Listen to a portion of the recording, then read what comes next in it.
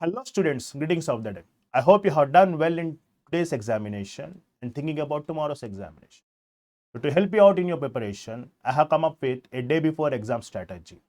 In this strategy, what I will do is that I will explain the order of preparation whereby you can cover as much syllabus as possible effectively and be confident for tomorrow's examination.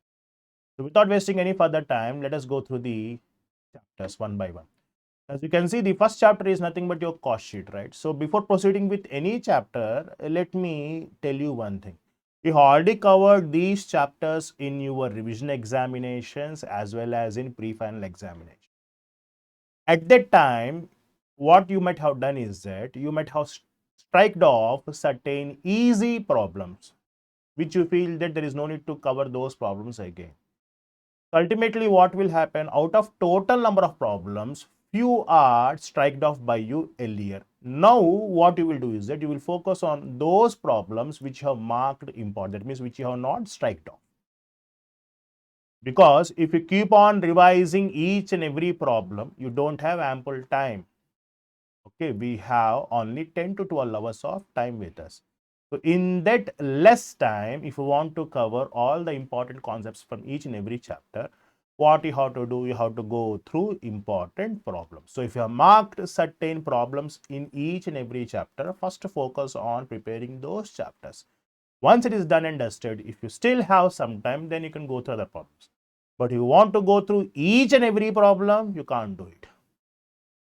That's why I'm trying to remind you that you already striked off certain problems, right? Forget about those problems. Why you have striked off those problems? Because those problems are easy, and by doing the remaining problems, you can answer this kind of problems.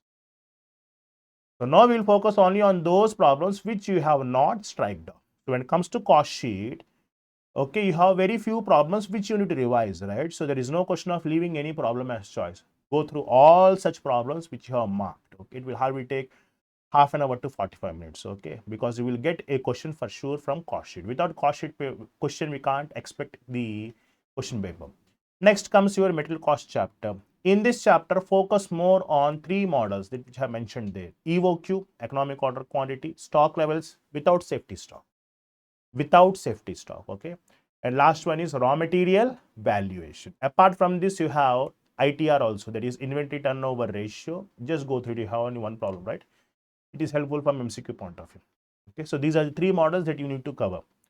Okay, if you are conceptually strong, you can simply refer to 4 or 5 problems. That's it from that particular chapter. Employee cost or labor cost. Here you need to focus on premium plans based on time rate system, piece rate system, and combination of these two. Overtime treatment. And last but not least is your labor turnover rates or ratio. What are the different formulas that you have? Okay. So these three models are very, very important. When it comes to overhead or absorption costing, there the important one is under or over absorption. How to calculate under or over absorption, reasons, treatment. Okay. Which should be added back to the units using supplementary rate, and which amount should be transferred to costing P&L account. That one. Next comes your machine hour rate also. So in that particular chapter, once you have completed under and over absorption, please go through machine hour rate, comprehensive, how to calculate comprehensive machine hour rate. Okay, that is the point. So what about primary distribution and secondary distribution? So once you have done and understood all these things, if you have some time, you can simply go through a particular problem, one particular problem, and get an idea how to prepare primary distribution, second distribution, what are the different methods in second distribution, all those things. So these are the 4 chapters. Definitely we will get 3 questions from these 4 chapters. Cost sheet is must and should, and out of the remaining 3, 2. Okay, out of the remaining 3 chapters, material, employee and overheads, 2. Okay, and what about direct expenses, sir? I don't think there is a need to explain because you have only one problem. Please go through it, okay? Please go through it. Only 1 or 2 problems in the material which are very, very small. Please go through it, okay? Right. Next comes your contract costing. Very, very important chapter, just like cost sheet. Without problems from contract costing and cost sheet, we can't imagine the question paper, okay? When it comes to contract costing, if you see, there are 2 models, right? One where the degree of completion is less than or equal to 90%, less than 90%, and second one where the degree of completion is more than 90%. That means problems where you will use notional profit and problems where you will use estimated profit, okay? So go through one problem each on these 2 models, on notional profit and estimate profit. Next comes the process costing. When it comes to process costing, the entire chapter can be divided into three different models. What are those? Basic model, where you will not have any work in progress. Second model, where problems will have only closing stock of work in progress, where you will learn how to convert into equivalent units, okay, by preparing different statements. Next, third model will be problems with both opening as well as closing stock of work in progress, where we will do some problems using FIFO method and some problems using weighted average method or average method. Okay. So out of these three models, first model is very, very important. So first 3 or 4 problems are based on first models. It's all about pro forma, focus on those 3 or 4 problems. Okay.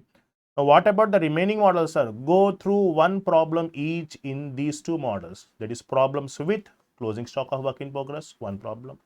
Problem with opening and closing stock of work in progress, FIFO method, one problem, and average method, one problem.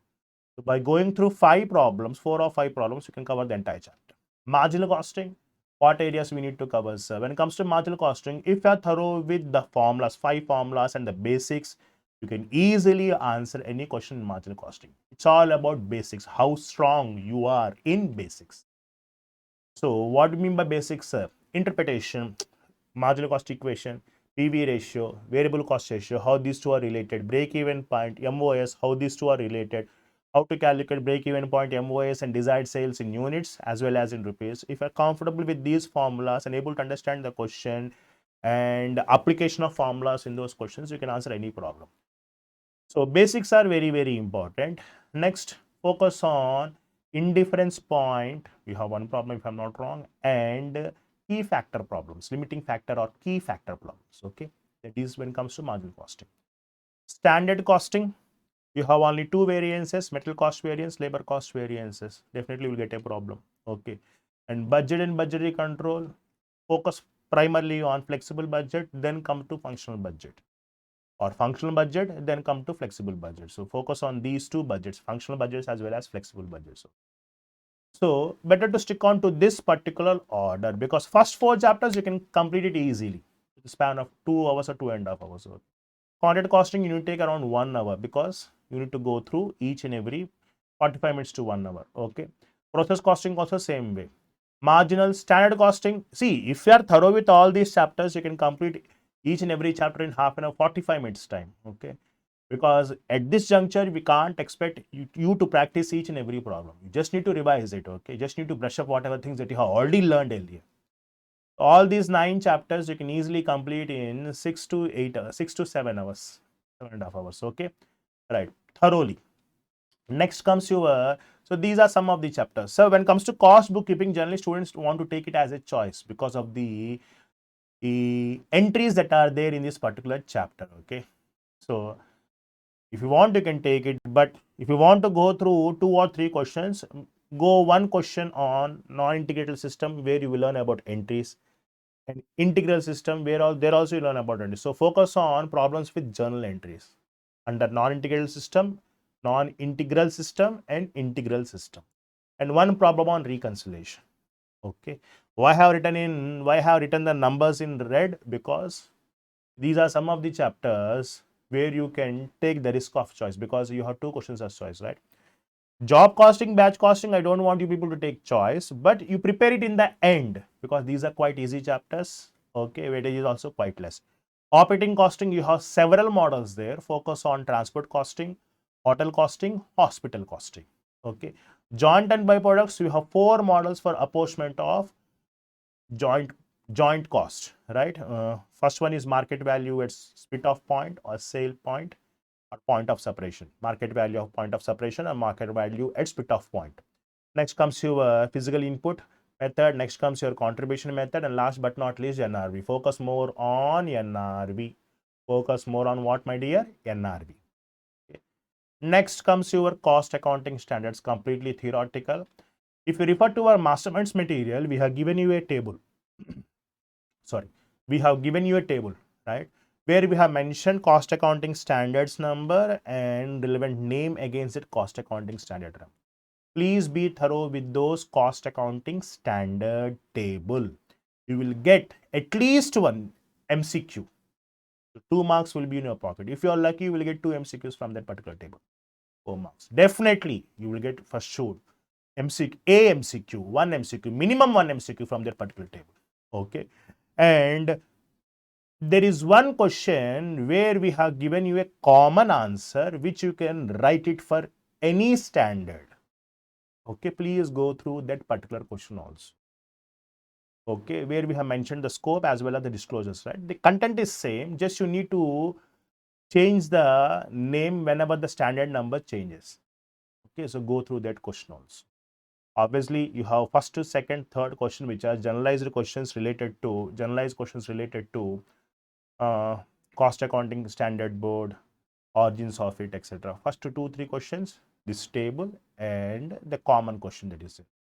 Next comes your introduction to cost accounting. Please go through each and every question, important from theory point of view as well as from MCQs point of view.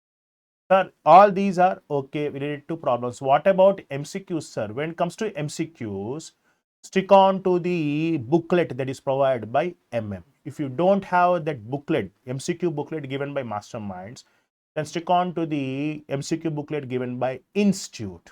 If you don't have that one also, or not downloaded that one from the Institute, ICMA Institute, then at least please be thorough with the MCQs that are there at the end of the material. If you are thorough with the MCQs given by MCQs booklet given by Masterminds material and the main material, you can easily score more than 24 marks out of 30. Okay. So this is how you need to prepare when it comes to focus on high weightage chapters. Okay. Now it's up to you. Depending on your convenience, you can interchange the numbers. But first, these 9 chapters are very, very important. Okay, whereby you can cover majority of the syllabus of high weightage. Okay, so all the best for tomorrow's examination. Thank you.